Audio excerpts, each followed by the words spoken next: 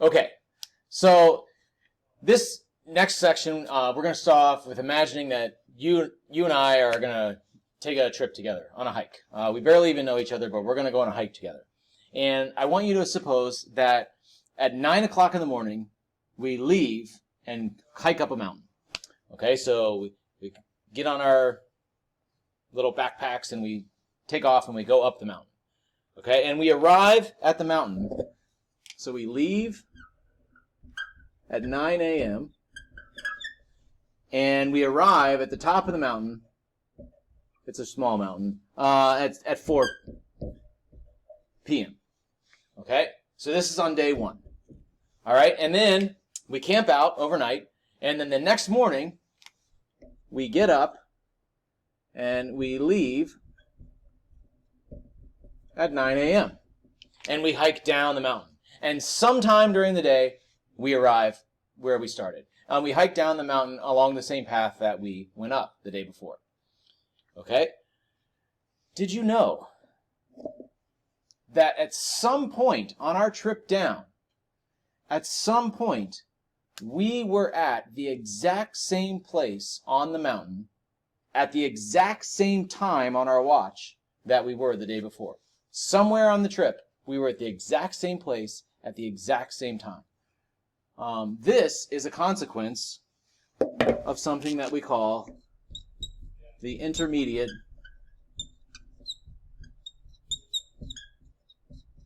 value theorem.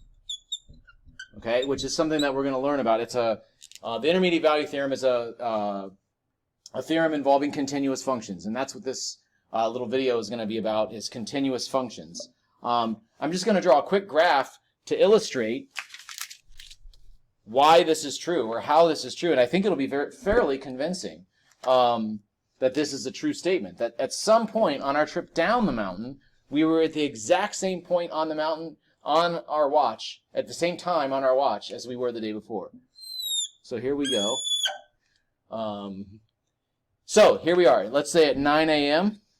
we're here, and then at 4 p.m. we're here. This is day 1. Okay? And then on day 2, this is our height above, our position on the mountain. On day 2, we start off at 9 a.m. and we're, well, that's kind of janky. Let's put this a little bit more even. Okay, so there we are at day 2, right? And I said we just go down the mountain. And it doesn't matter how fast we go, we arrive back where we started somewhere on day 2.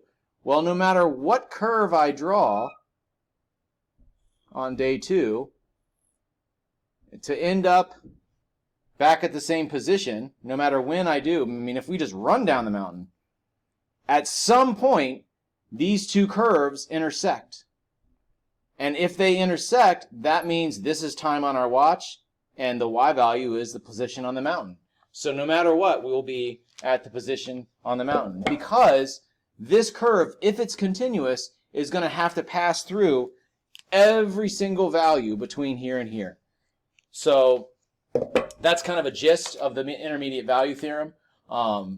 It's kind of a neat little story to say, oh yeah, we're at the exact same place at the exact same time that we were the day before. It's kind of hard to believe that, really. You think, oh, if I just take off running, nope, you're still going to be at the exact same place at the exact same time on your watch. So that's that. So let's talk about that. I said this is a property, this intermediate value theorem is a property of continuous functions. So let's talk about that, continuous functions a little bit, what a continuous function is, and why we care. So we're going to really kind of review this definition of continuity. Continuity at a point. This actually was in one of the previous videos that we made. We kind of came up with this definition. I think you may have learned this in pre-calc. Maybe not. But a function is continuous at x equals c if and only if We said three things had to be true. Maybe you remember what they are. If not, I'm about to tell you. So, by the way, this is a function f. I guess we better call that function f. Give it a name. Number one, f of c exists. Okay, so that means you've got a function value. Number two,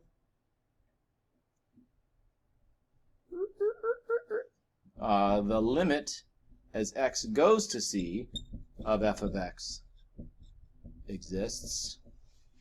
Okay, so that means you have a limit. And the third, the limit as x goes to c of the function equals f of c. The limit and the function value are the same. That's what it means to be continuous at a point. We saw several examples of that, where that, this definition breaks down. Like if x equals 2 there, that function's not continuous at x equals 2. In fact, we call this type of discontinuity a step discontinuity.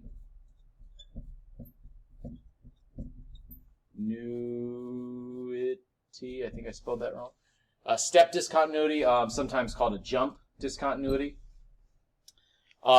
Because it literally does exactly what there's a step there. It's a jump. This is not continuous at 2 because the limit does not equal the function value. The function value is up here where the dot is, and the limit does not exist, so it can't be continuous. Okay, that's what we call a step discontinuity. Another example here. Let's draw a different color here. This might show up better against my shirt. So I have to keep stepping out of the way. A discontinuity like this. Okay. Well, that does not show up against my shirt. Let's move over here. So this is just like a simple hole in the graph. Okay. This is what we call a removable discontinuity. Why is this not continuous here? Okay, see if you can understand what part of this definition breaks down in this graph. Why is this function not continuous at x equals 2? Does the limit exist? Yeah, but the problem is f of 2 doesn't exist. There's a hole there. Okay, so this is called a removable discontinuity. Every now and then you'll see a function like this, and then there'll be a dot there where f of c does exist, but the limit does not equal f of c. That's technically not called a removable discontinuity because of that dot there. In fact, the only way that you could generate a function like this with a dot like that would be some sort of piecewise definition. Hopefully you remember what a piecewise function is. Last type of discontinuity, the third type of discontinuity that we'll come across is probably one that if I asked you a year ago to think of a function that's not continuous, it's probably what you would have envisioned, and that's an infinite discontinuity. And what's an infinite discontinuity? So let's say that this is x equals 2.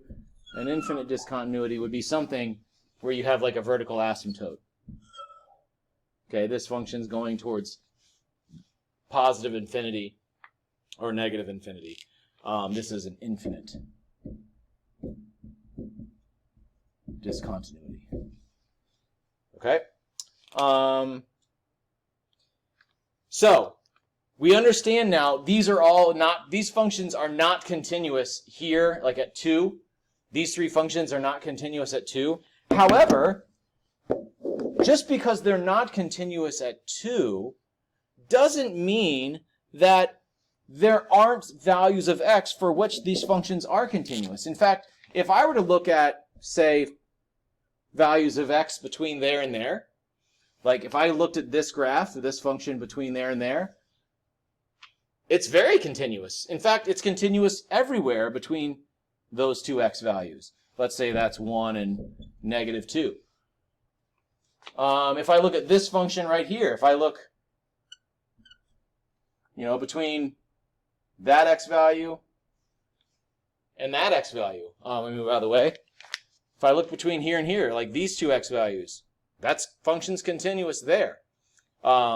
Here up here, let's grab another color. Let's say if I chose between here and there, you know, that function's continuous there. So we have two sort of issues that we're dealing with here. We have continuity at a point, okay, or discontinuity at a point, I should say. But then we can talk about continuity on an interval. And what does that mean, continuity on an interval? It basically means this. A function is continuous on an interval. Let's write this down. A function is continuous on an interval a to b, like -2 to 1, or whatever those values are, if it's continuous at every point in a to b. So basically we're just saying, hey, this interval -2 to 1, if this function's continuous at every single value between -2 and 1, then we say it's continuous on the interval -2 to 1. Or this one right here, like if I gave this guy up here some values, like let's say that's 3 and that's 5. I would say this function right here is continuous on 3 to 5. There's also lots of intervals here that this function is continuous on. Same with this one, because you can always find an interval here. You know, I could, no, it's continuous on that interval. It's just I can't pick any interval that contains x equals 2. Then it wouldn't be continuous on that interval. Same with this one and same with that one. Okay? So really the thing that you want to make sure that you can distinguish between is, are we talking about, is this function continuous at a point, or is this function continuous on an interval? Those two distinctions you need to be able to make, point and interval.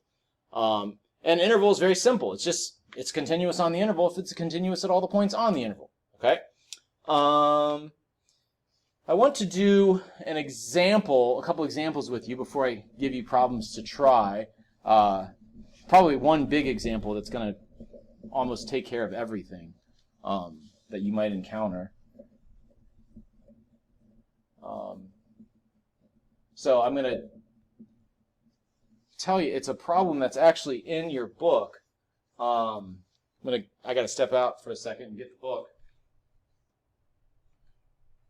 So this is problem 157 in your book. Problem 157 from section 2.4, page 192 in your book. I don't know if I think the page numbers sync up to the hard copy. I actually have a hard copy of the book. You can actually purchase one if you really wanted one, but yeah, so problem 157 on section 2.4. So I'm going to give you a second to find that.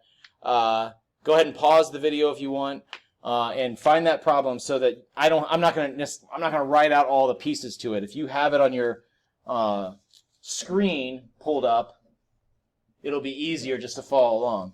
Basically, this problem is asking you to sketch the graph of a function with a bunch of characteristics. And so we're going to read through these characteristics together, and then we're going to sketch a graph. Okay? So it says, sketch the graph of a function with the following properties. And the first property was the domain of the function is -infinity to infinity. Okay, so that's it. Number 2, it says f has an infinite discontinuity at x equals -6. So we're going to sketch a graph here. 1, 2, 3, 4, 5, 6. F has an infinite discontinuity. So in your mind, you should be thinking, okay, that means it's got some sort of vertical asymptote. So I'm going to draw in that vertical asymptote there. Okay? And then it says f of -6 equals 3.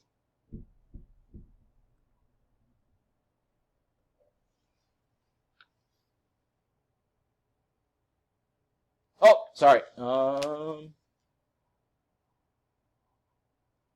Wait, I can't see this very well, so I'm going to have to pause this.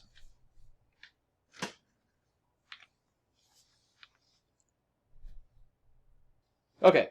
I read that right. I just wanted to make sure that I read that right, so I did.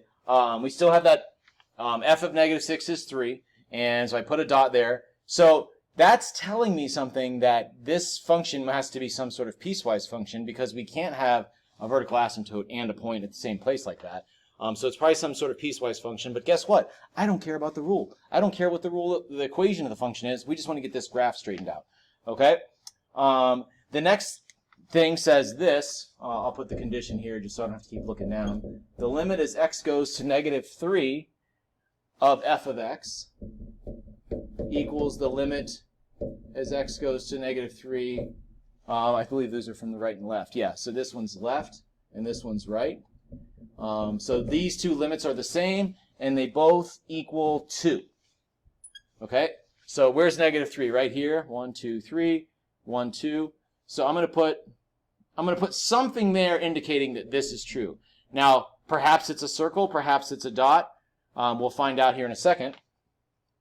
It says that f of negative 3 is 3. Ooh.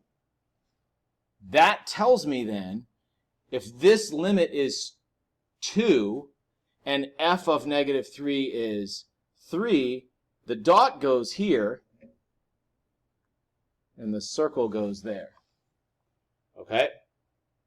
So let's make sure we understood why this dot goes here and the circle goes here. The limit is 2, but f of negative 3 is 3. Okay?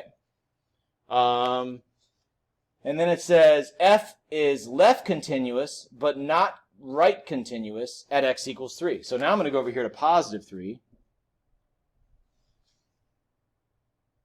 And f is left continuous, but not right continuous at 3. So what does that mean? That means that as I approach 3 from the left, it's going to be continuous, but as I approach 3 from the right, it's not going to be continuous. So we can just do whatever we want here. So I'm going to start from here and go over to here and say, all right, well, continuous from the left might look something like this. And then not continuous from the right is going to maybe look something like this. Because we're not continuous from the right, but we are from the left. And then let's go back and address this other piece over here. So we know that as we have an infinite discontinuity here at this negative 6, but the f of negative 6 was 3. So maybe it takes off like that.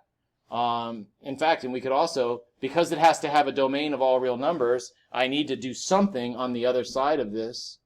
So let's make it like that. Over here on this side, right there, I don't have an arrow on there, so I don't have anything indicating that the domain is all real numbers. So if I stick an arrow on there, now this satisfies all those conditions. Let's look through one more time. Condition number 1. Is the domain of this negative infinity to infinity? Is it defined for all real numbers? Let's look very carefully. Look at places where things might break down. Right here, at x equals negative 6. Is it defined? Yep, got a value. Right here at x equals negative 3. Is it defined? Yep, got a value. Is it right here at x equals 3? Is it defined? Yep, got a value. Everywhere else? Got arrows, everything? Looks good. So we got a domain of negative infinity to infinity.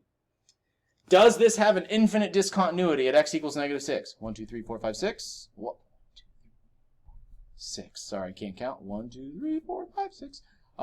Yeah, it's going off to infinity or negative infinity there. So that's good. Does f of negative 6 equal 3? Check.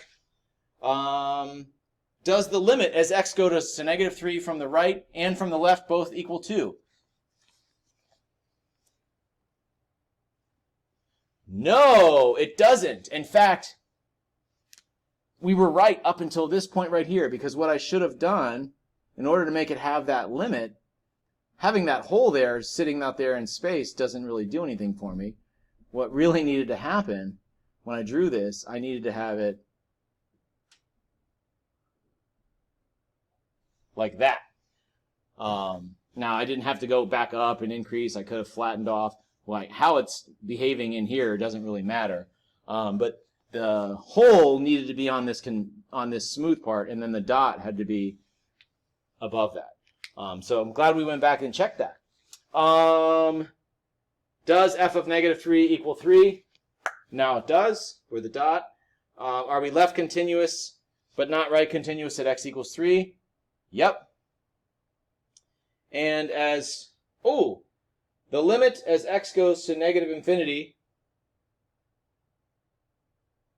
I forgot about this last condition. I drew my graph before looking at that last condition. So the last condition, let's look through this and see if this works out. It says I'm going to write it down. The limit as x goes to negative infinity, the limit as x goes to negative infinity is equal to negative infinity, and the limit as x goes to positive infinity is positive infinity. Okay? So let's check this. Let's check these two. The limit as x goes to infinity of this function, is it infinity? So let's check this. So this means basically, as I look far to the right side, is this function continue to increase? And the answer is, it sure is, based off of that arrow. Not increasing very fast, but it is increasing. Okay? Now let's check this one.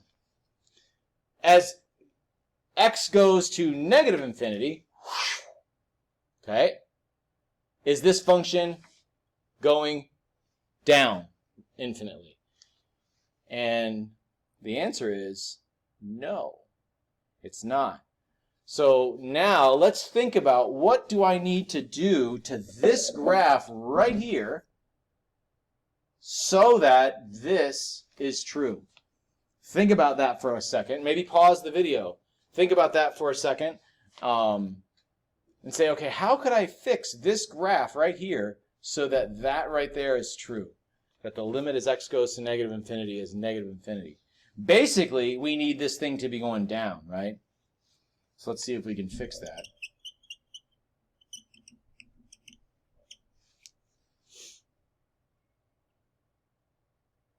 So how about we do something like this?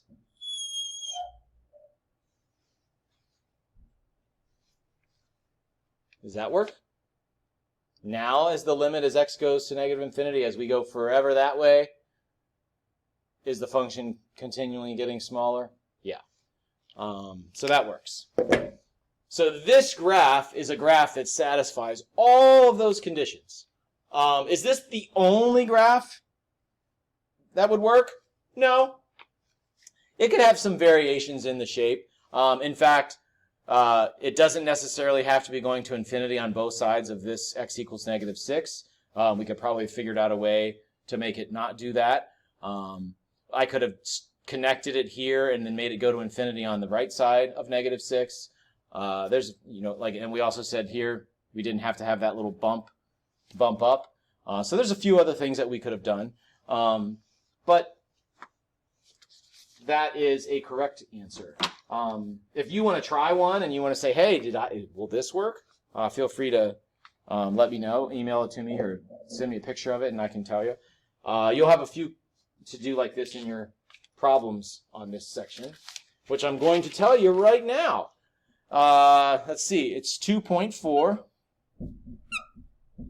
Okay, so 2.4. Problems 131 to 136, 158 to 164, and 166. These problems here at the end, these are where you're sketching a graph. Now, they're not all going to have this many characteristics. Some of them are just one or two characteristics, so they're a little easier to do. But of course, that means there are potentially far more possible answers as well. So give these problems a try, and We'll see you soon.